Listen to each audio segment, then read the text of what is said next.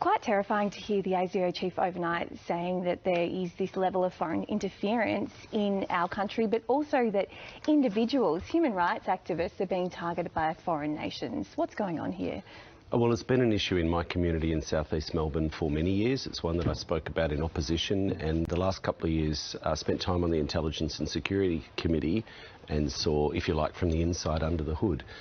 Foreign espionage, foreign interference have become our greatest national security threat. That's been the case in the ASIO threat reporting for the last couple of years. And our security agencies, when you work with them up close and personal, and it is one of the great privileges because most people can't because of the nature of what they do, they are so impressive at keeping our country safe. Who's getting targeted when we're saying, you know, there's these threats? Is it generally human rights activists, people who are speaking out against foreign regimes?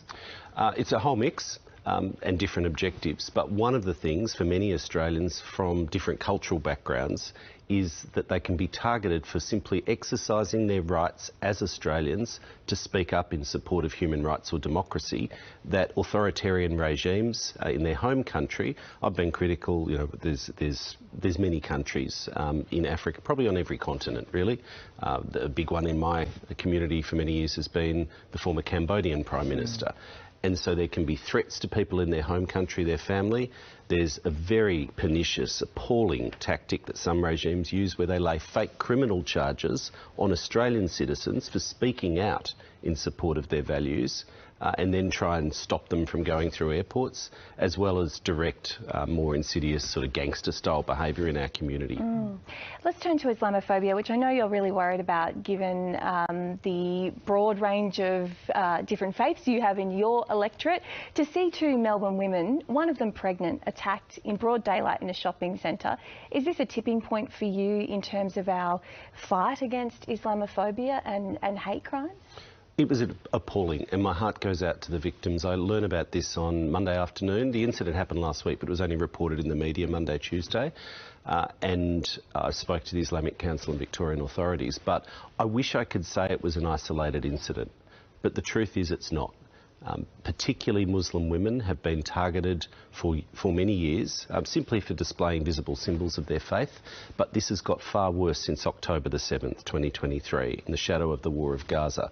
We've seen a more than 500% spike in Islamophobic incidents, and frankly they're underreported because many people feel helpless, like nothing will be done. And the Scanlon Foundation's report last year showed that at a headline our social cohesion is holding up well, but it is under strain.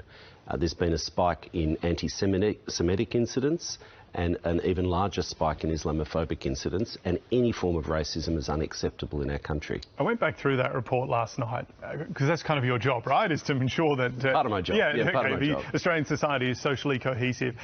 There's been a lot of focus on this issue in the media in particular, but at a broad level, how are things? Are we still a very relatively socially cohesive society when you look around the world?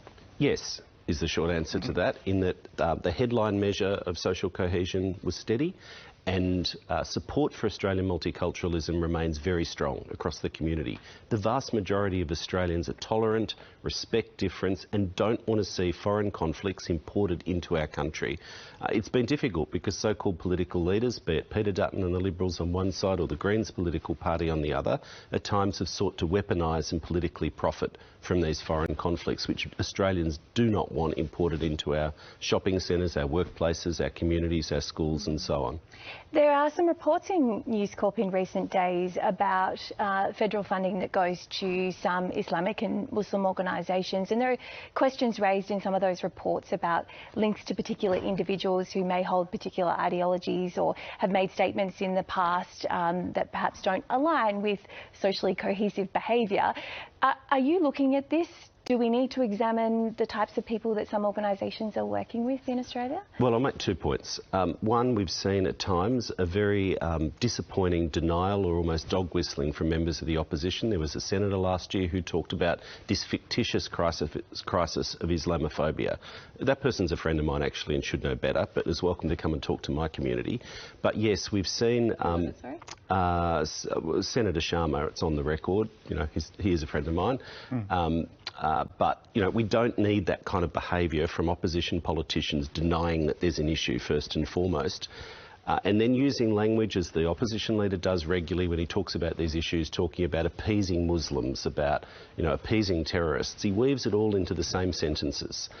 But on your point, yes, there's been this, frankly, ridiculous game by, I'll name them, the Australian newspaper, working hand in glove with the opposition. The journalists tell us where they're getting the stuff from, that calls out individual Muslim community groups and frankly holds them to an impossible double standard that no community group, no sporting club, no business could ever meet. They go back through for the last 10 years, they find someone on the committee, someone on the board, someone who's been an employee or a volunteer, find something offensive they've said on social media that you and I would disagree with, and most people would, and then say, gotcha, the government's got to cancel the money for family violence or housing or youth work.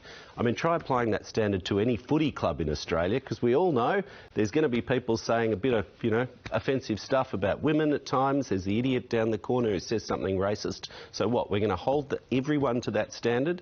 Every business grant to a manufacturer, now we're going to check their employees for something offensive? It's a silly game, and it needs to stop.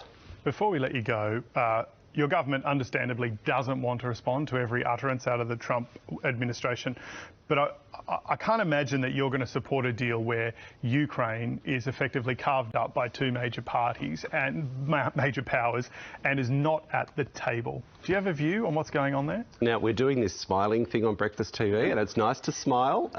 I think you well know that that's in the category of question of nice try. You're not going to find an assistant minister speculating on hypotheticals about the settlement of a major international conflict. What I would say, and I've got a Ukrainian community that I'm very close to, Australia stood steadfastly with the global community, the democratic community, in standing up for Ukraine's right to exist and right to defend itself from Russian aggression. We've put in significant resources with the global community, and that continues to be our position. So to summarise, yes, you'd like to see Ukraine at the table. Well, they're your words. Okay. They're your words. We're not doing hypotheticals. Very cautious. There's so much we can talk about. Oh, there is. I wish we had more time, but we don't. Julian Hill, thanks for your time on the couch and have a good day. Thanks so much.